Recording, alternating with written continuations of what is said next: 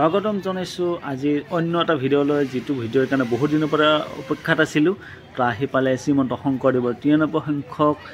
বাৰ্ষিক অধিৱেশন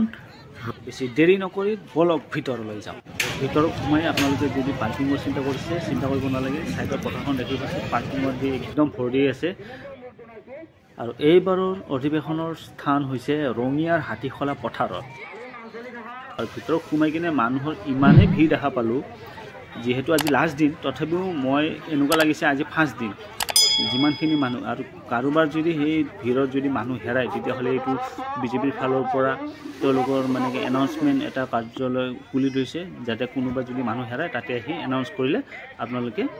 মানে বিচাৰি পোৱাত সুবিধা হ'ব আৰু গাইজ কওকচোন এই বস্তুটো কি ঘূৰি ফুৰোতে মই দেখা পালোঁ মই একো বুজি নাপালোঁ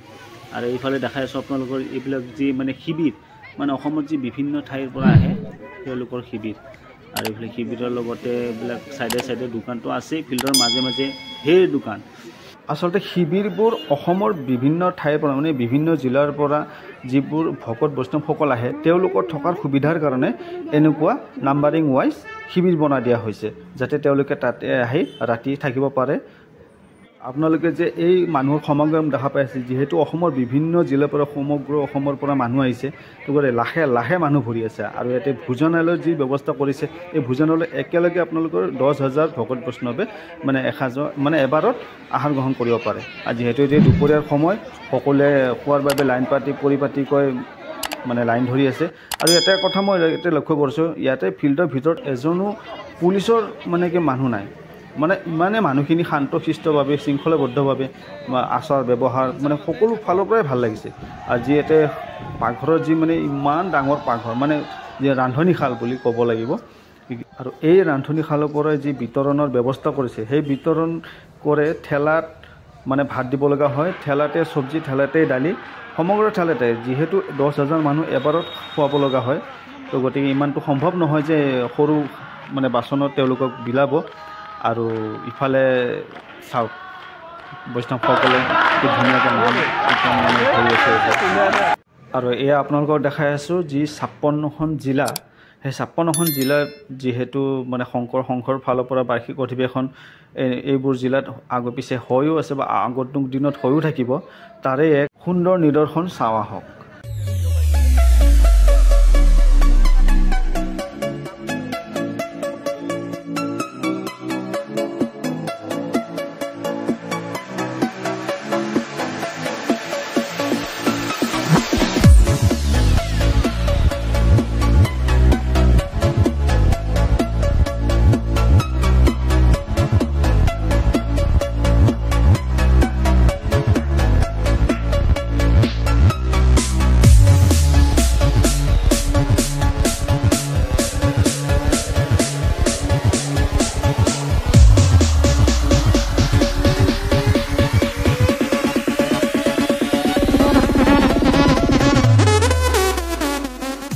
আজি অধিৱেশনৰ তৃতীয় দিন আৰু আজি এই অধিৱেশনত মাননীয় মুখ্যমন্ত্ৰী ডক্টৰ হিমন্ত বিশ্ব শৰ্মাকো মাতিছে তেওঁলোকৰ ভাষণ ৰাইজে অলপ শুনি আছে আৰু বহুতো মন্ত্ৰী MLA আহিছে আৰু ইয়াতে যিমানবোৰ মানুহ দেখা পাইছে আপোনালোকে এনেকুৱা নহয় যে কেৱল ইয়াতে শংকৰ বৈষ্ণৱ ধৰ্মৰ মানুহে আছে সকলো ধৰ্মৰ মানুহে আছে আৰু ইয়াতে আহি সঁচাকৈ মনটো সঁচাকৈ এটা পবিত্ৰ ইফালে যদি আপোনালোকে ধৰ্মীয় গ্ৰন্থ কিনিব খোজে তেতিয়াহ'লে ইয়াতে স্পেচিয়েলি তেওঁলোকৰ চাওক 100 টকাৰ পৰা 500 টকাৰ ভিতৰত যিবোৰ কিতাপ আছে সেইবোৰ 10% ৰেহাই আৰু তাৰ ওপৰত যদি লয় 20% ৰেহাই আৰু এনেকুৱাই অৱশেষত মানে বহুতখিনি দেখালোঁ আপোনালোকক আৰু ইমান ধুনীয়াকৈ পৰিপাটিকৈ মানে এই হাতীখলা পথাৰখন সজাইছে তেওঁলোকৰ বাৰ্ষিক অধিৱেশনটো পাতিছে যাতে ইয়াতে কোনো বিপদ আপদো নহয় তাৰ কাৰণে ফায়াৰ ব্ৰিগেডৰ ব্যৱস্থাও কৰিছে ইফালে আপোনালোকে বাণিজ্য মেলাই চাব নে গ্ৰন্থ মেলাই চাব মানে সকলো ফালৰ পৰা আপোনালোকে ইয়াতে আহি ভাল পাব আৰু এনেকৈ বাৰ্ষিক অধিৱেশন চাই ঘৰমুৱা হোৱাৰ সময়ত যিহেতু ৰাতিপুৱা সময়ত আহোঁতে তেওঁলোকৰ শোভাযাত্ৰাটো দেখা নাপালোঁ ইফালে আহাৰ সময়ত তেওঁলোকৰ শোভাযাত্ৰা যেতিয়া ৰিটাৰ্ণ হৈ আছিলে সৌভাগ্যক্ৰমে ময়ো তেতিয়া গেটৰ সন্মুখ পাইছিলোঁগৈ তো বলক একেলগে চাওঁ শংকৰ অধিৱেশনৰ শোভাযাত্ৰা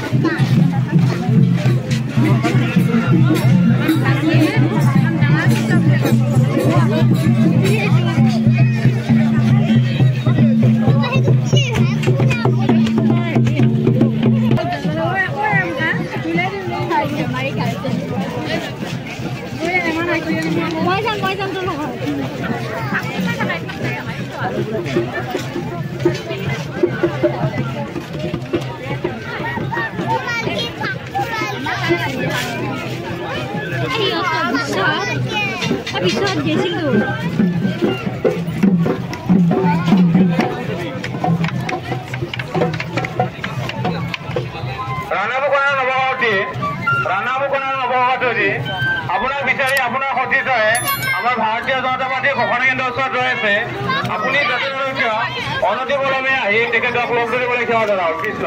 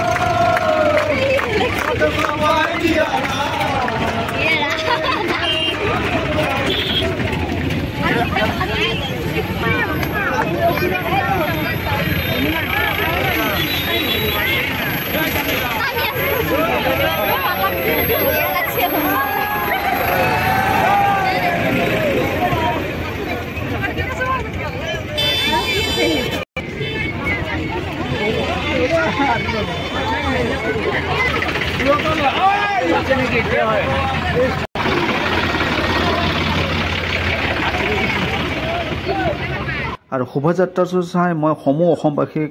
এটা কথা ক'ব বিচাৰোঁ যে সদায় আমাৰ অসমখন জাতি বৰ্ণ ভাষা নিৰ্বিশেষে সকলো একত্ৰিত হৈ আমাৰ অসমখন যাতে উন্নতিৰ ফালে আগবাঢ়ক, কৃষ্টি সংস্কৃতিৰ দিশত আগবাঢ়ক আৰু অনাগত দিনত এটা ভাতৃত্ব আৰু সমন্বয়ৰ বোধ যাতে সমাজৰ মাজত বিয়পাই তাৰে কামনাৰে বিদায় মাগিছোঁ আৰু ভিডিঅ'টো চাই যদি ভাল পালে লাইক শ্বেয়াৰ কমেণ্টৰ লগত চেনেলটো ছাবস্ক্ৰাইব কৰিবলৈ নাপাহৰিব আজিলৈ এৰিছোঁ জয় আই অসম